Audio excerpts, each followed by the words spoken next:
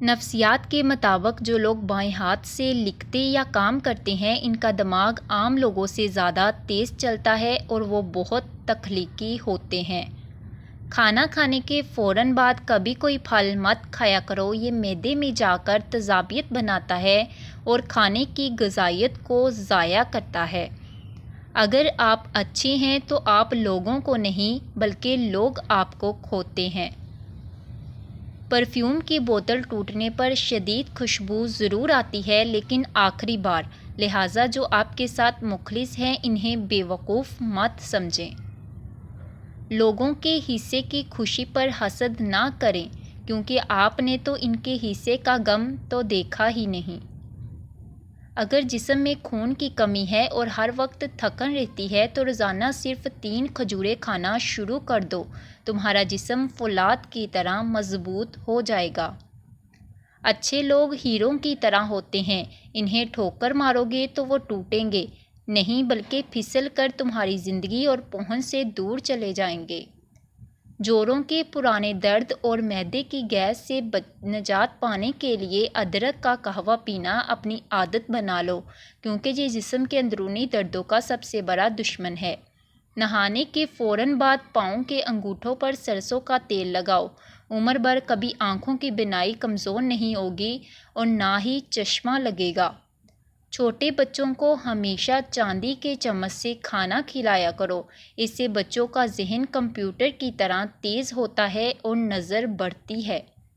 سفید زیرے کو لیموں کے رس میں بھگو کر سکھا لو اور روزانہ چباؤ، بھرا ہوا پیٹ اور لٹکی ہوئی چربی چند دنوں میں غائب ہو جائے گی۔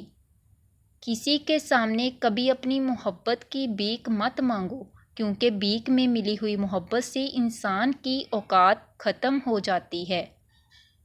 خواتین کے پیروں اور ٹانگوں کے شدید درد کو ختم کرنے کے لیے میتھی دانے کا قہوہ بنا کر رات کو پینا کسی معجزے سے کم نہیں۔ لوگ آپ کی اچھائیوں کو تب تک یاد رکھتے ہیں جب تک آپ ان کے کام آتے ہیں، صرف ایک بار ان کی مرضی کے خلاف چل کر دیکھو، وہ آپ کی عمر بھر کی قربانیاں بھول جائیں گے۔ نرم دل انسان سب کا درد سمیٹ لیتا ہے لیکن اپنا درد کسی کو نہیں بتاتا۔ دنیا اسے بے وقوف سمجھتی ہے جبکہ وہ سب کچھ سمجھ کر بھی خاموش رہتا ہے۔ جو انسان اپنے بھائی کے عیبوں پر دنیا میں پردہ ڈالتا ہے، اللہ پاک قیامت کے دن سب کے سامنے اس کے گناہوں پر پردہ ڈالے گا۔ جسم پر اگر کوئی زہریلا کیڑا یا مچھر کاٹ لے اور وہاں سوجن ہو جائے تو فوراً کچے پیاز کا رس رگڑنے سے زہر کا اثر اور درد ختم ہو جاتا ہے۔ کسی سے پہلی ملاقات میں کبھی اپنے سارے راز اور کمزوریاں مت بتاؤ۔ انسانی نفسیات ہے کہ لوگ بعد میں انہی کمزوریوں کا فائدہ اٹھاتے ہیں۔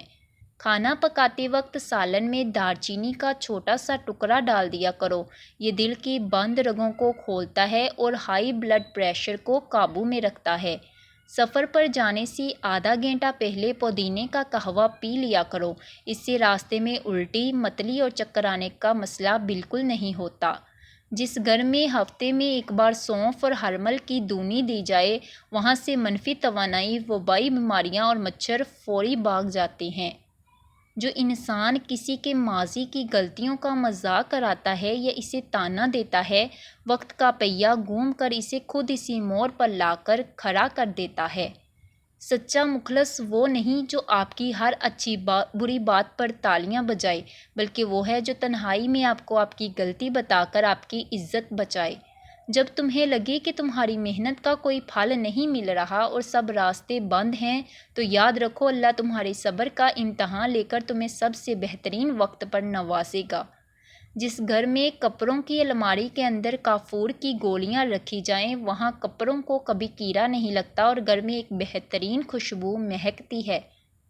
سورج ڈھلنے یا مغرب کے وقت پودوں کو پانی دینے سے پرہیز کرو، اس سے پودوں کی جڑیں کمزور ہوتی ہیں اور گھر میں اداسی کا احساس بڑھتا ہے۔